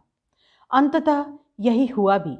किसी मंत्रपूत डोर से बंधी नलिनी उस अनजान स्टेशन पर उतर हाथ के मुड़े तुड़े पत्र की भौगोलिक व्याख्या दोहराती ठीक पहुंच ही गई थी। पीले जर्जर बंगले को देखकर उसके पैर सहसा अवश हो गए। अधमुंदे द्वारों की दरार से रेंगती मृत्यु की चिर परिचित अटपटी गंध से उसके अनुभवी नथुने फड़क उठे। जब से वह इस गंध को पहचानने लगी थी, उसका डॉक्टरी पेशा स्वयं उसके लिए एक बहुत बड़ा सिरदर्द बन गया था। जब उसने अचानक हाथ में आ गई अपनी इस विधाता प्रदत्त शक्ति का उल्लेख अपनी एक वरिष्ठ अधिकारिणी से किया, तब वह ठठाकर हंस पड़ी थी। संसार में आज तक ऐसा कौन सा भाग्यशाली सर्जन जन्मा है नलिनी, जो निश्चित मृत्यु का ऐलान कर सका है? कभी दम तोड़ रहा मरीज भी इस दुनिया में लौटकर हमें हरा देता है, और कभी हमारे प्रयास से मौत के मुंह से निकला मरीज फिर उसी मुंह में बंद हो जाता है। यही तो विज्ञान की पराजय है। डॉक्टर दारूवाला का गंभीर चेहरा उस दिन अपनी ताजी चोट का स्मरण कर और भी गंभीर हो उठा था। 2 ही दिन पूर्व उनकी अनुपम शल्य क्रिया को अंगूठा दिखाती मृत्यु उनकी लगभग स्वस्थ हो उठी एक युवती मरीजा को अपने साथ खींच ले गई थी। डॉक्टर दारूवाला की मृत्युंजयी शल्य क्रिया ने उन्हें अंतर्राष्ट्रीय ख्याति का सेहरा स्वयं ही पहनाकर आकाश पर उठा दिया था। रोहिणी के पेट में बम गोले सा मैलिग्नेंट ट्यूमर हो, या पैर के बल अस्वाभाविक रूप से जन्मने को तत्पर कोई जिद्दी शिशु, स्वयं ही उनके रणचंडी से व्यक्तित्व के सम्मुख थरथराकर हथियार डाल देते। किसी भी घातक कैंसरग्रस्त दूषित अंग को काटना उनके लिए उतना ही सुगम था जितना सेव की सड़ी गली फांक को काटकर दूर फेंक देना। फिर भी वह कभी मृत्यु की छलनामयी पदचाप को पहचानने में चूक जाती थी। उनकी सहायिका बनी नलिनी उन्हें कई बार ऐसे विषम क्षणों में चेतावनी दे चुकी थी। यह बचेगी नहीं डॉक्टर, आप इसके पति को बुला लीजिए। 30 वर्ष की स्वस्थ मां पोस्ट ऑपरेशन की गहन निद्रा में डूबी थी। नाड़ी की गति घड़ी के कांटे से ताल मिलाती ठीक चल रही थी। हृदय की धड़कन, रक्तचाप उसे 100% आश्वस्त कर रही थी। कहीं भी आसन्न प्राय मृत्यु की सामान्य सी आहट भी नहीं थी। क्या हुकारती डॉक्टर दारूवाला की छोटी छोटी आंखों से आग्नेय लपटें निकलने लगी थीं। उनके छोटे छोटे कटे बाल उनके गोल गोल चेहरे पर बिखर गए थे। उन्हीं की पढ़ाई छोकरी का ऐसा दुस्साहस कि उनकी अच्छी खासी पेशेंट को ऐसी मूर्ख चेतावनी दे गई। अपनी एक ही गरज से पूरे अस्पताल के स्टाफ को अचेत कर सकती थी डॉक्टर दारूवाला। किंतु नलिनी न डरी न सहमी। अपने उसी आत्मविश्वास से अपनी चेतावनी फिर दोहरा गई थी। मैं ठीक कह रही हूँ, मृत्यु की गंध को मैं इधर एकदम ठीक पहचानने लगी हूँ। उफ, कैसे समझा दूँ आपको। और वह अचानक घबरा कर रो पड़ी थी। यह कैसी विचित्र सिद्धि दे दी थी भगवान ने उसे। सिद्धि नहीं तो और क्या थी यह। एक दो नहीं, अब तक 50 केस में वह अपनी इस अनुभूति की शक्ति पुष्टि कर चुकी थी। कई बार उसकी आश्चर्यजनक भविष्यवाणी डॉक्टर दारूवाला को भी प्रभावित कर चुकी थी। फिर भी वह उसे हंसकर समझाने लगती, यह सब फ्लूक है नलिनी, कभी भी इसे सीरियसली मत लेना। It will be the end of good career. हमेशा याद रखो, हम चिकित्सक हैं। आसन्न मृत्यु को देखकर भी हमें उसकी उपस्थिति को अस्वीकार करना है, समझी। तुम विज्ञान की छात्रा हो और ऐसी मूर्ख बातों में विश्वास करती हो। ऐसा क्या कभी संभव हो सकता है? क्यों नहीं हो सकता? तुनक कर नलिनी एक बार फिर उनकी मुंह लगी छात्रा बन उठी थी। अभी आपने उस अद्भुत गणितज्ञ महिला का अपूर्व प्रदर्शन नहीं देखा क्या? विज्ञान कौन सी दलील से जीत सका है उसे? आप माने चाहे ना माने, मृत्यु की एक अनोखी गंध पा लेती हूं मैं। और फिर उस मरीज की नसों में मोटी मोटी सुइयां घुसा ब्लड चढ़ाने की उलट बांसी करने को मेरा मन नहीं मानता। जब जा रही है तब शांति से ही क्यों ना जाने दूं बेचारी को। ना हो तो एक मॉर्फिन या पैथेडीन का इंजेक्शन। ओह मूर्ख लड़की, I am sure there is something wrong with you. अधैर्य से डॉक्टर दारूवाला ने उसे कंधे से पकड़कर झकझोर दिया था। किंतु नलिनी अपनी उस विधाता प्रदत्त अमोघ शक्ति की सत्यता को कई बार परख चुकी थी। आज वही गंध उसे सहसा पीछे धकेलने लगी। तब क्या उसने सच ही लिखा था? कहीं ऐसा तो नहीं था कि मृत्यु उससे भी पहले वहां पहुंच गई हो? कैसी अमानवीय स्तब्धता थी। सूखा लॉन, बरामदे में पड़ी अध टूटी आराम कुर्सी का जर्जर बेंत किसी कमोड की ही भांति नीचे लटक आया था। द्वार के अधकुले कपाट से नीचे लटका एक जीर्ण पर्दा रह रहकर हवा में हिल रहा था। एकदम ठीक ही नक्शा खींचकर भेजा था उसने। धृतकुज केसरी का विज्ञापन, बिजली से दग्ध अश्वत्थ तरु और किसी पीलियाग्रस्त रोगी का सा ही पीला रुग्ण बंगला। आश्वस्त होकर वह पर्दा उठाने लगी और फिर स्वयं ही ठिठक गई। ऐसे भीतर जाना क्या ठीक हो? मृगांक की पत्नी, बच्चे, आत्मीय स्वजन उस अपरिचिता को देखकर 10 सवाल पूछ सकते थे। मन ही मन उसने अपने भीरू चित्त को फिर दिलासा दिया। यदि वह पत्नी आत्मीय स्वजनों की भीड़ से घिरा होता तो क्या उसे ऐसा पत्र लिख पाता? मैं अंदर आ सकती हूँ? उसने खंकड़ से द्वार की साकर हिलाकर पूछा। कैसा आश्चर्य था, जिस ठसकेदार डॉक्टरनी के कमरे के बाहर लंबी क्यू में खड़ी रोगिणी ऐसे सहमे कंठ से यही प्रश्न पूछती हैं, वही डॉक्टरनी आज स्वयं दीन स्वर में वही प्रश्न पूछती स्वयं एक मरीज का द्वार खटखटा रही थी। कोई उत्तर नहीं आया। केवल पुरवाई के तेज झोंके ने पर्दा पड़े औदार्य से उठा दिया। वही परिचित स्पष्ट मृत्युगंध फिर जैसे उसे हाथ पकड़कर भीतर खींच ले गई। एक झूले से पलंग पर उसके प्रथम प्रेम का स्मारक स्तंभ खंड खंड होकर पड़ा था। दीवार की ओर मुंह फेर कर निश्चल लेटे उस कंकाल के घने काले केश ही जैसे उस सुंदर व्यक्ति के एकमात्र अवशिष्ट रह गए थे। बंगले के उड़े पीले रंग से ही मेल खाता रक्त शून्य पांडु ललाट देखते ही नलिनी का कलेजा बैठ गया। धंसे कपोलों की पैनी हड्डियों पर मांस की नाम मात्र की एक तह चिपकी रह गई थी। सींग से दुबले हाथों को नमस्कार सी मुद्रा में बांधे वह न जाने किस आदर्शी देवता का नमन करते करते गहरी नींद में डूब गया था। पर क्या यह नींद ही थी या कुछ और? वह और पास खिसक आई। स्वयं उसका अपना कलेजा कंठ में आकर ऐसे धड़कने लगा था कि उसे लगा धक से उसके मुंह से निकल उसके प्रेमी की छाती पर ही गिर पड़ेगा। कितनी बड़ी भूल थी उसकी। अपने बहुरंगी जीवन के बीच जिस प्रथम प्रेम की स्मृति को उसने बहुत नीचे गाड़कर संयम की भीमशिला से दबा दिया था, वही आज किसी भूकंपी धक्के में बाहर निकल उसे भी कंपा रही थी। मृगांक, मृगांक, वह अधैर्य से उसे पुकारती उसके क्लांत चेहरे पर झुक गई। देखो, मैं आ गई हूं, तुमने बुलाया था ना, आंखें खोलो मृगांक, यह मैं हूं, केया। क्या उसकी आंखों का भ्रम था यह? सचमुच ही वह किसी अबोध सुप्त शिशु की भांति नींद में मुस्कुराने लगा था। मृगांक!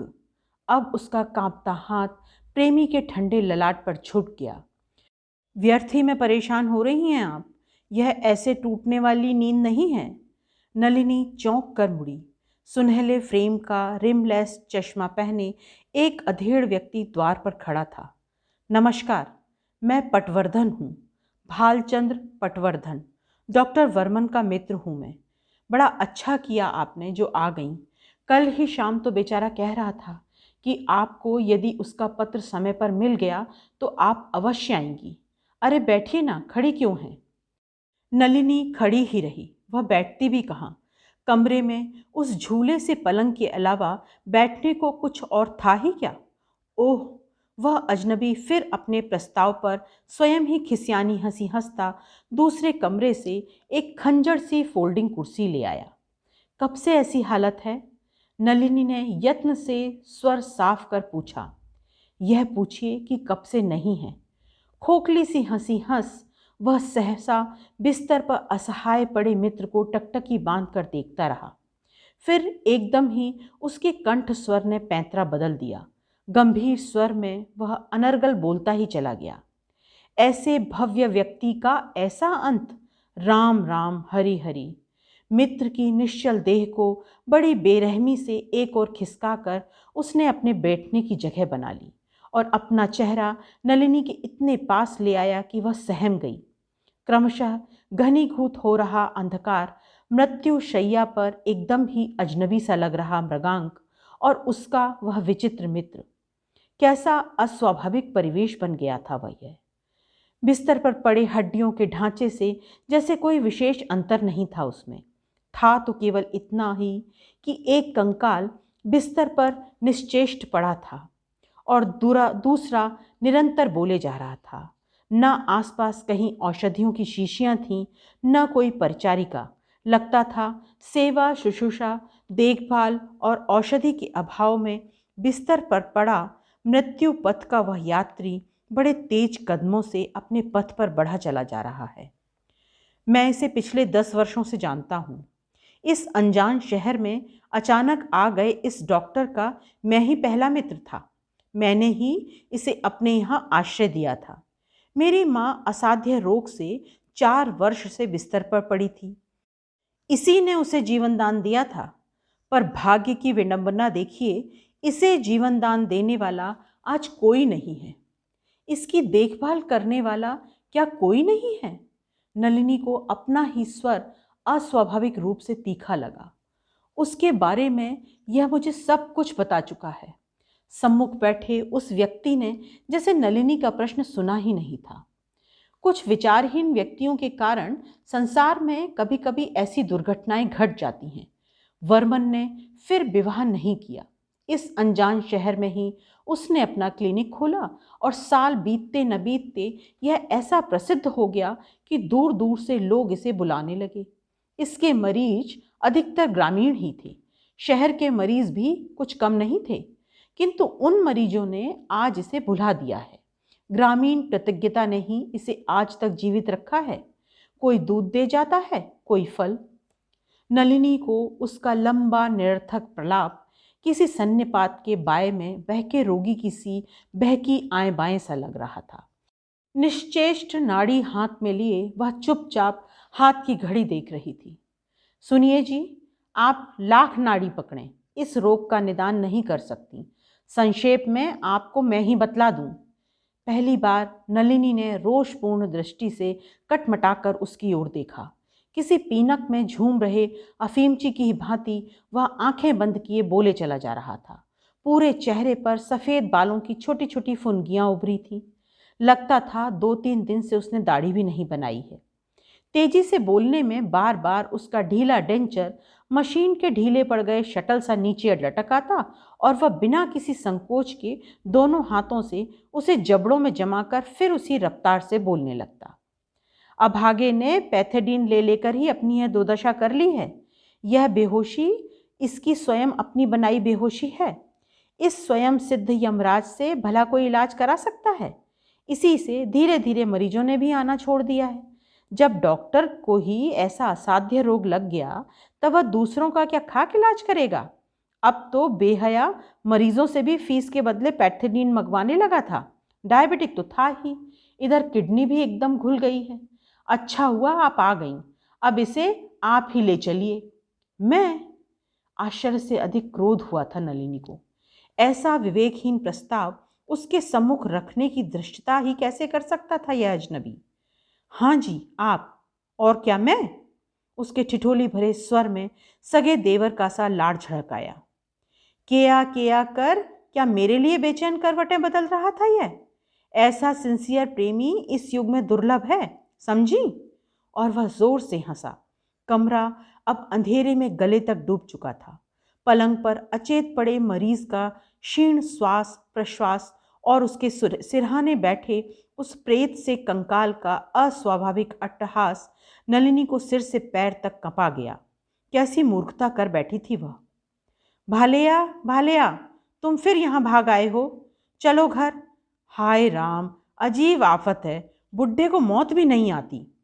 धमाधम करती लांग लंगाई धोती का कसौटा संभालती एक काली भुजंग सी आकृति ने सहसा प्रकट होकर उस रंगमंच की रहस्यमय आभा को और भी प्रगाढ़ कर दिया। उसने शायद कुर्सी पर बैठी नलिनी को नहीं देखा। कर्कश स्वर में बड़बड़ाती वह कुर्सी पर बैठे कंकाल को हाथ पकड़कर घसीटती ले जा रही थी। हाय राम, इससे तू पागलखाने में ही अच्छा था। तेरे पीछे पीछे ऐसे भागना तो नहीं पड़ता मुझे। हाय, ऐसी सुहागन से तो मैं विधवा ही भली थी। वह बड़बड़ाती उसे साथ ले गई तो कमरा एकदम शांत हो गया। पर क्या पता दूसरे ही क्षण कोई ऐसी ही रहस्यमयी मृगांक को भी हाथ पकड़कर खींच ले जाए। एक बार नलिनी के जी में आया वह जैसे चुपचाप आई थी वैसे ही चुपचाप बाहर निकल जाए। सवेरे 4 बजे वाली गाड़ी वह आराम से पकड़ सकती थी, किंतु फिर प्रेमी के पत्र की अंतिम पंक्ति की अनुनय विनय ने उसके पैरों में बेड़ियां डाल दी। कहीं देहरी से ही मत लौट जाना किया। कैसे जा सकती थी वह? हो सकता है तथाकथित पागलखाने से छूटा मृगांक का मित्र ठीक ही कह रहा हो। यदि पैथेडीन का ही नशा होगा तो वह मोह निद्रा 1-2 घंटे में स्वयं ही भंग हो जाएगी। गहन अंधकार में डूबी वह प्रेमी का हाथ हाथ में लिए मूर्ति सी बैठी रही। सहसा वह हाथ कांपा। कौन? बार बार चेष्टा करने पर भी नलिनी का स्वर नहीं फूटा। अब तक यत्न से संजोया उसका धैर्य प्रेमी में क्षीण प्रश्न की एक ही फूंक से ताश के पत्तों के घर सा ढेर हो गया। कुछ भी उत्तर न देकर उसने अपना माथा उन दुर्बल कंधों पर टिका दिया। उसी सुवासित कवरी की बिसरी सुगंध ने उसका उत्तर स्वयं दे दिया। आज भी लक्ष्मी विलास की उस सुगंध को पहचानने में मृगांक ने भूल नहीं की। न जाने कब तक वह उस दुर्बल बाहुबंधन में निश्चेष्ट होकर पड़ी रही। मिलन के उन अमूल्य क्षणों की चुप्पी के बीच वर्षों के उपालंभ कितने प्रश्न कितने उत्तर मुखर होकर स्वयं शांत हो गए। यहीं एक मोमबत्ती पड़ी होगी। मृगांक के कंठ स्वर को उसका कठिन रोग शायद अछूता ही छोड़ गया था। उस मीठी खनक ने नलिनी को एक बार फिर निश्चेष्ट कर दिया। टटोल कर मृगांक ने ही मोमबत्ती जला दी थी। धृष्ट आलोक की चमक से चौंक कर नलिनी की सुप्त चेतना एक झटके से जग गई। मोमबत्ती की कांपती लौ भूतल पर फिसलती उसके चिबुक नासाग्र पर तुलिका सी फेर गई। अपरिसीम विस्मय से मृगांक की निष्प्रभ आंखें विस्फारित हो गईं। केया, तुम आज भी वैसी ही हो। कैसा आश्चर्य है, वही सुगंध, वैसा ही जूड़ा। और सहसा उसके पपड़ी पड़े ओंठों पर फिर वही चिर परिचित हंसी थिरक उठी। केया के पत्ते पर तुम्हें दिया अपना कॉम्प्लीमेंट मैं आज भी उसी गर्व से दोहरा सकता हूँ। चौथ की लजाती दुल्हन सी प्रौढ़ा नलिनी एक बार फिर उसी केया कुंज की षोडशी भुवनेश्वरी बन उठी। उसके दोनों गाल वर्षों पश्चात अंगारे से दहक उठे। जानती हो तुम्हें मैंने क्यों बुलाया है? अचानक उसके दोनों हाथ पकड़कर वह हाँफने लगा।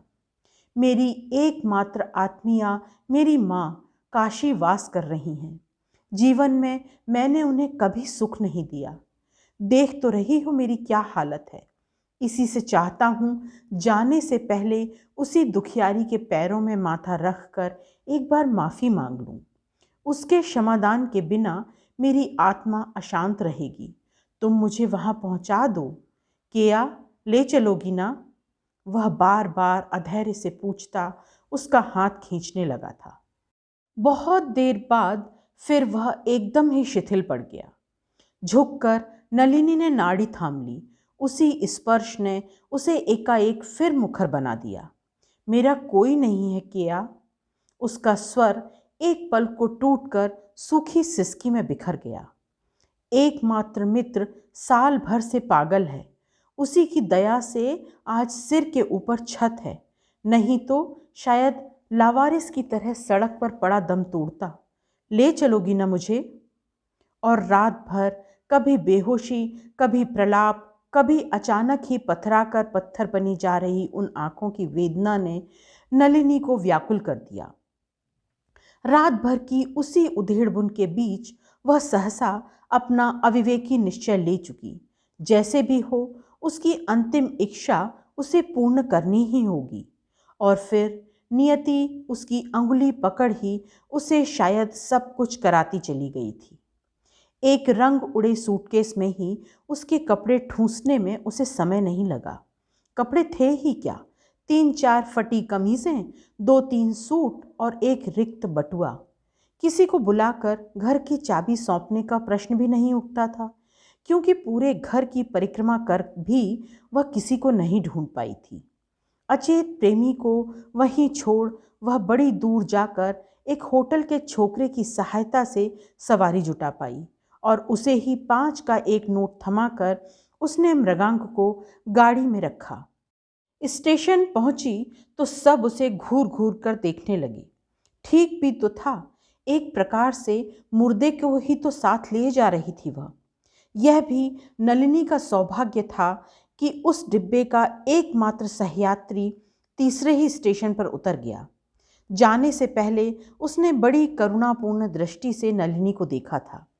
रोगी की जैसी सांघातिक अवस्था थी, उसे देखकर ही कोई कह सकता था कि मृत्यु ने उन स्थिर आंखों में अपना खेमा गाड़ दिया है।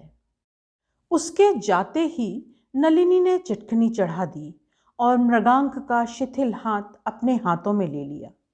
धीरे धीरे उसकी चेतना स्वयं लौट रही थी, पर यह क्या निर्वाण कालीन दीपशिखा की चमक थी।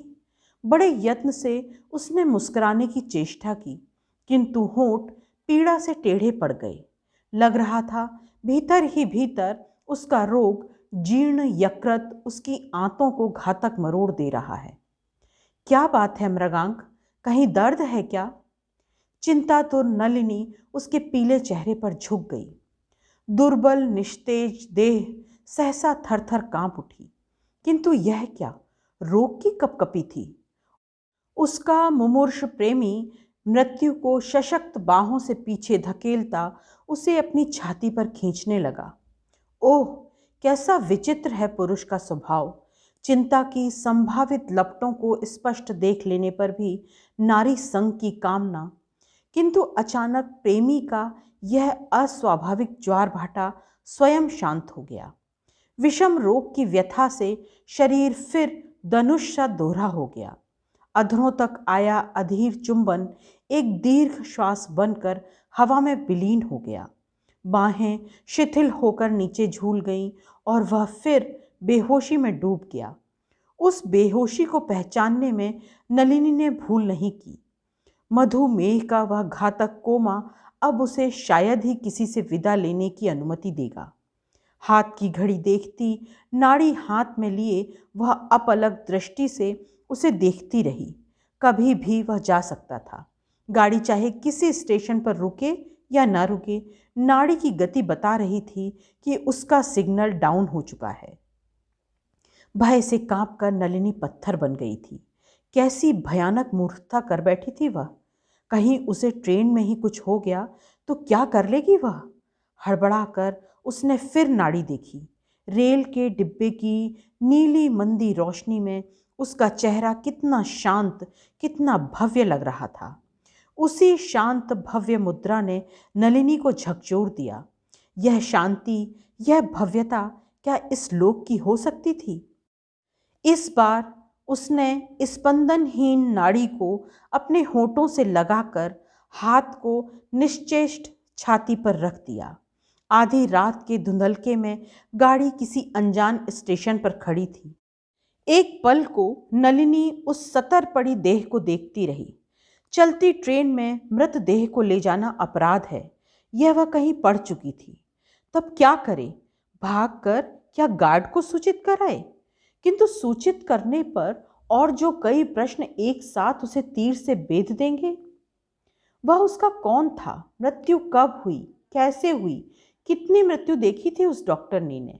पति की देह पर पछाड़ खाती पत्नियां, पत्नी की मृतदेह पर पछाड़े खाते अस्पताल की मॉर्चरी गुंजाते बिलबिलाते पति, आत्मीय स्वजन, किंतु कोई मृत्यु क्या उसे आज तक विचलित कर पाई थी?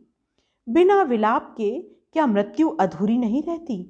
किंतु उसकी आंखों के सन्मुख उसके यौवन के प्रथम प्रणय का स्मारक ढहा पड़ा था और उसकी आंखों में एक बूंद आंसू नहीं था। गाड़ी अभी भी खड़ी खड़ी जैसे उसी की प्रतीक्षा कर रही थी। वह हाथ का सूटकेस लिए खड़ी हो गई। चादर खींचकर उसने प्रेमी का मुंह ढांप दिया। स्टेशन की चहल पहल देखकर लग रहा था वह कोई बड़ा जंक्शन है। नहीं नहीं, अब और अधिक विलंब करना ठीक नहीं था। कब किस स्टेशन पर कोई परिचित चेहरा मिल जाए, क्या कोई ठिकाना था? पिछली बार गुंटूर के अनजाने स्टेशन पर उसे उसकी विधवा ननद मिल गई थी। वह एकदम बढ़ी, फिर न जाने क्या सोचकर उसने सूटकेस खोला। तब तक सूखी आंखें सहसा आंसुओं से धुंधली हो गईं।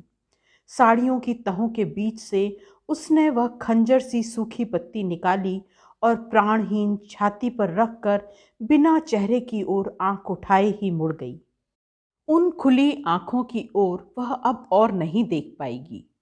किंतु द्वार तक जाकर वह जैसे स्वयं अपने से ही हार गई। अधरों तक आकर शून्य में विलीन हो गए मरणासन्न प्रेमी के अधूरे चुंबन का प्रतिदान दिए बिना ही वह लौट गई, तो क्या स्वयं उसी की अंतरात्मा उसे जीवन भर नहीं धिक्कारेगी? वह लौटी, हाथ का सूटकेस नीचे धर उसने दोनों हाथों में वह हिम शीतल चेहरा भर लिया और क्षण भर पूर्व मृत्यु चुंबित अधरों पर अपने कांपते अधर धर दिए। गाड़ी ने अंगड़ाई ली और गार्ड की तीखी सीटी से उसकी चेतना लौट आई। एक प्रकार से चलती गाड़ी से ही कूद पड़ी थी वह। देखते ही देखते गाड़ी के शैथिल्य ने गति तीव्र कर दी और उसके प्रेमी की निर्जीव देह लिए उसका डिब्बा भी आंखों से ओझल हो गया। काठ की जिस बेंच को पकड़कर उसने अपना संतुलन साधा था, अब भी उसी पर बैठी वह शून्य दृष्टि से सिग्नल की लाल हरी बत्तियों को देख रही थी। मिसेस कोचर के शब्द उसके कानों में गूंजते चले जा रहे थे। हम स्त्रियों के लिए हमारा नाम ही सब कुछ है बहन। इसी से हमें फूंक फूंक कर कदम रखना पड़ता है कि किसी की उंगली ना उठे। मृत्यु के कठिन क्षणों में भी नलिनी क्षणिक परिचय के बीच मिली सीख को नहीं भूली थी। अब किसी की उंगली नहीं उठेगी नलिनी। उसका संसारी चित्त स्वयं ही उसे दिलासा दे गया। एक क्षीण हंसी उसके मलिन चेहरे को उद्भासित कर गई। अब तक उसने स्टेशन का नाम भी नहीं पढ़ा था। हाथ का सूटकेस थामे ही वह आंचल संभालती उठी तो खर्र से किसी कांटे की सी खरोंच हाथ में लगी। पल्ला खींचकर उसने देखा, प्रेमी को लौटाया गया स्मृति चिन्ह विदा के उस क्षणिक स्पर्श के साथ ही शायद आंचल की झालर में फंसकर एक बार फिर उसी के पास लौट आया था। दिल को गहरे तक छू लेने वाली शिवानी जी की ये मर्म स्पर्शी कहानी आप सभी को कैसी लगी, मुझे ज़रूर बताइएगा। मुझे आपकी प्रतिक्रियाओं का इंतज़ार रहेगा। अगली कहानी के साथ फिर मिलेंगे। नमस्कार।